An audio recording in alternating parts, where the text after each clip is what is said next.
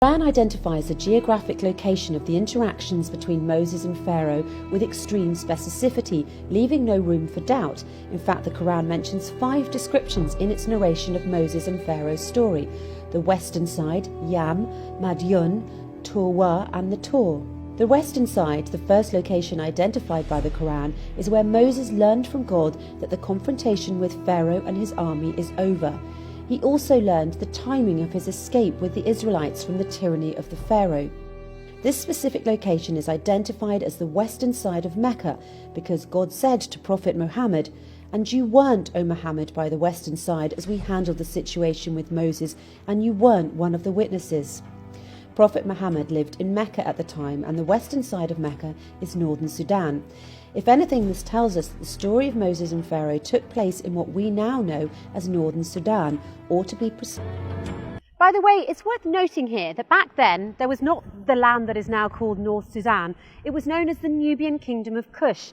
Hence you can confidently say that Misr was in Egypt, Lower Misr, in addition to Kush, Upper Misr, until now the Abyssinian Highlands. Kush was the home of people of dark skin called the Kushites, who built a strong civilization economically, politically and spiritually. In fact, the people of Kush built around 300 pyramids compared to the 60 pyramids built in Lower Misr, Egypt.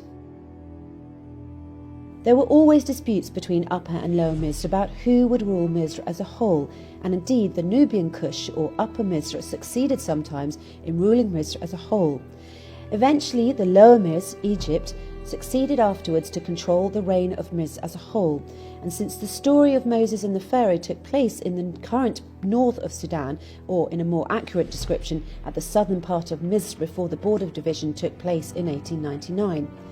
This then means that the story of Moses and the Pharaoh took place in the land of Kush, or in the Upper Misr region, and that the Pharaoh that was referred to in the Quran is a proper noun for one of the kings of Kush, or Upper Misr, that is currently north of Sudan, and not Ramses II, the king of Lower Misr, Egypt, as narrated in some history books. In the Quran, Pharaoh says, "Aren't I the ruler of Misr, and these rivers are running beneath me, can't you see?" If we refer here to Egypt, Lower Misr, as we know it today, it is only one river, the Nile. Nevertheless, the Quran is referring to Upper Misr, which has many rivers. This again implies that the story of Moses and Pharaoh took place in Upper Misr or northern Sudan. The river Al-Yam, the second location mentioned in Moses and Pharaoh's story, refers to where Pharaoh sunk with his army. Another reference to Al-Yam is where Moses' mother sent him afloat in a basket when God ordered her to do so to save him from the soldiers of the Pharaoh. At the beginning of Surat Taha, God says to Moses' mother, "And put him in the coffin and throw him in Al-Yam," referring her to the river. In the same chapter, towards the end of the story of Moses and Pharaoh, God says, "And the Pharaoh and his soldiers followed them, and they've seen from Al-Yam what they've seen."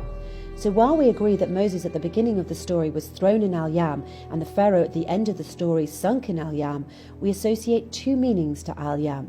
We claim that the first Al-Yam is the River Nile and contradict ourselves by saying that the second Al-Yam refers to the Red Sea, where the Pharaoh and his army supposedly met their fate. Wrong.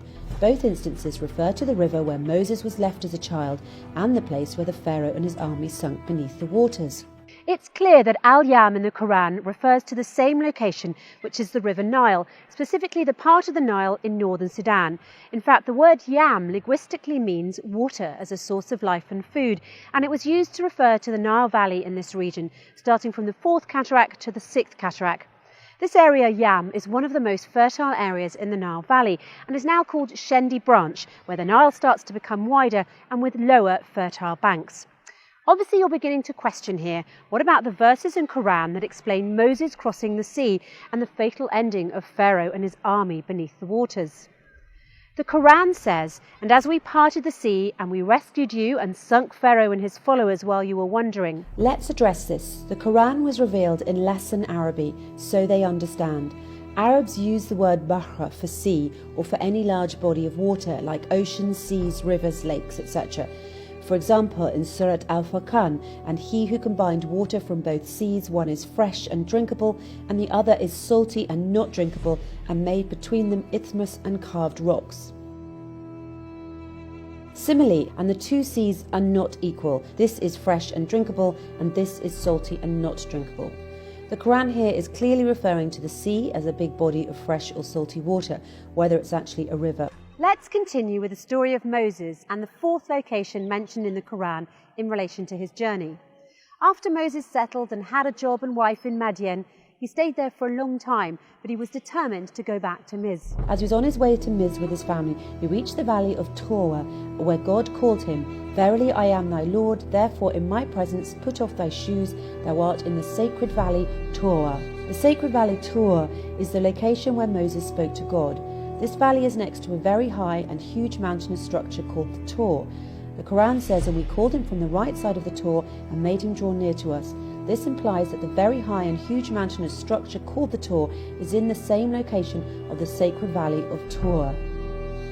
The question that comes to mind here is, where is this location? Where is the sacred valley of Torah, and in which country? Let's check the map. If Moses is returning from his family from Madian, then clearly he would enter Miz from the south, which implies he would pass through Abyssinia and the eastern north of Sudan.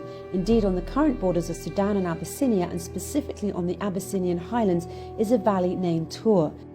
You can find this information in the book of James Bruce, a Scottish explorer who was the first to follow the Blue Nile from its source until it meets the White Nile. On the 29th of November 1772, Bruce arrived in Aswan and published his book, Expeditions to Discover the Sources of the Nile between 1769 and 1773.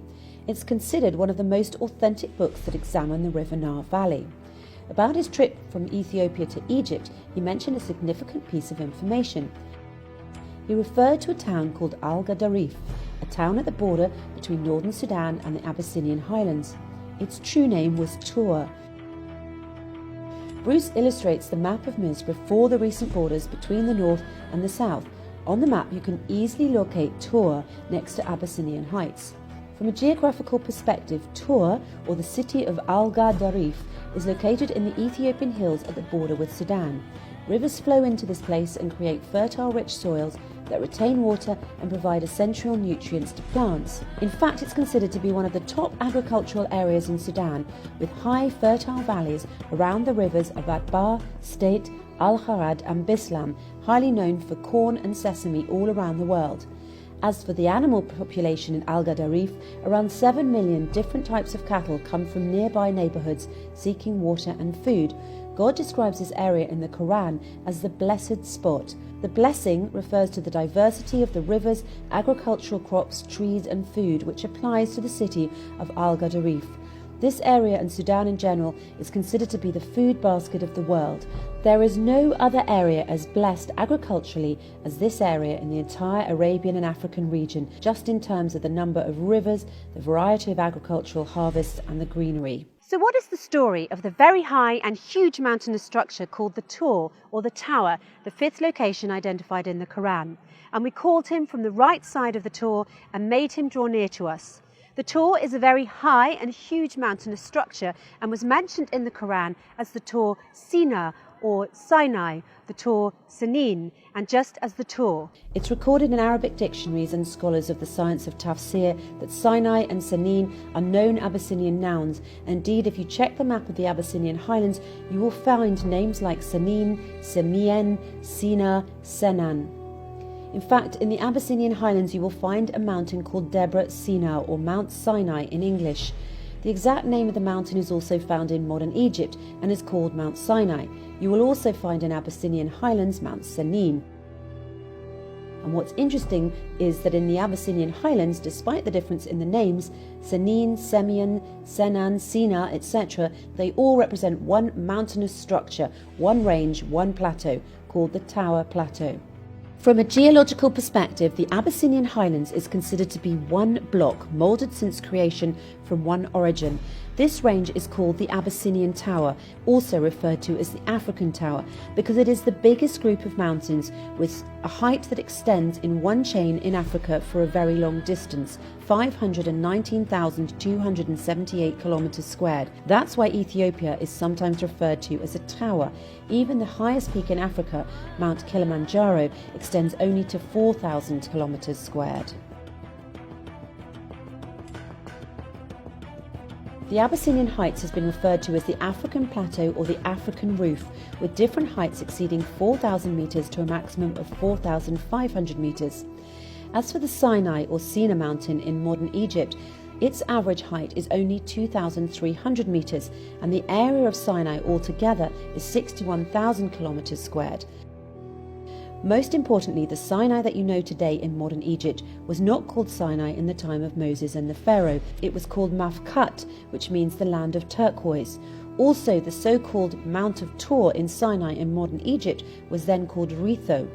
There is no single evidence of the usage of the name Senin or Sina for any of the mountains in the turquoise land that was later named Sinai or Sina. The Quran has to refer to known nouns with the real names as they were used at the time, and there is no mention of Mafkat or Retho in Moses' story. What was referred to in the story was the Tor Senin and the Tor Sina, which are known nouns from an Abyssinian origin, as documented in the authentic Arabic dictionaries and as illustrated by scholars of tafsir. Let's get back to the terminology that describes the Abyssinian highlands as the Tower Heights. The word tower simply means the highest location from which you can see across the largest possible landscape around you. There's nothing as high and nothing as big as this spot in all of the Arabian and African region. To further simplify this, the word tower originally comes from tour in Arabic. The word tower in French is tour, in Spanish it's torre, in Italian also torre, and in German it's Turm. It's clear they all come from the same word, the Arabic word tour. Of course, this is no coincidence, because if you look in the Oxford English Dictionary, you'll find that the origin of tower is tor. It's also worth noting that there's another name for the Abyssinian highlands, that is, the water tower. This is because it is the water source of the River Nile Valley for all this region, south from Abyssinia, north and east from Sudan, and all the way to the Mediterranean. When God swears by the Tor, then he swears by the Abyssinian highlands, or the so-called water tower, the source of the water of the River Nile, referred to as al-Bahr al-Major, or the large body of water kept filled in the Quran. Yes, the River Nile is al-Bahr al-Major, or the large body of water kept filled. Let me clarify this one too. What is the meaning of al-Bahr al-Major? It means the sea that gets full until it floods, and as we know, the flood is a main characteristic of the River Nile. To summarise these meanings and connections, the River Nile originates from the Abyssinian highlands, the water tower, the Tor. Each year there is a flood season, so the soil gets fed with silt. This natural flooding phenomena is what created the first civilization in history, the Nile Valley civilization. Without the flood, there is no agriculture and no civilization. Al-Bahr al-Major, as mentioned, refers to the sea that gets full and floods, thus referring to the River Nile. As we answered before, the word al-Bahr in Arabic and in the Quran is used to refer to both river and sea. In a nutshell, the Tor is the source of al-Bahr al-Major, or the River Nile. At this point, you might also wonder, can there be a water stream that fit the definition of al-Bahr al-Major other than the River Nile? Well, what are the odds for a location that connects all the aforementioned dots, a location that meets the specific characteristics of the Tor Sinin, the Tor, the Valley of Tor, and al-Bahr al-Major, as referred to in the Quran, other than the Abyssinian Highlands? To summarise, as Moses was returning to Misr from Midian, Yemen, God talked to him at Tor Valley, that is next to the Abyssinian highlands, the Tor, at the Sudanese-Abyssinian border, which is currently called Al-Gadarif, which was the southern part of Misr before the British colonisation.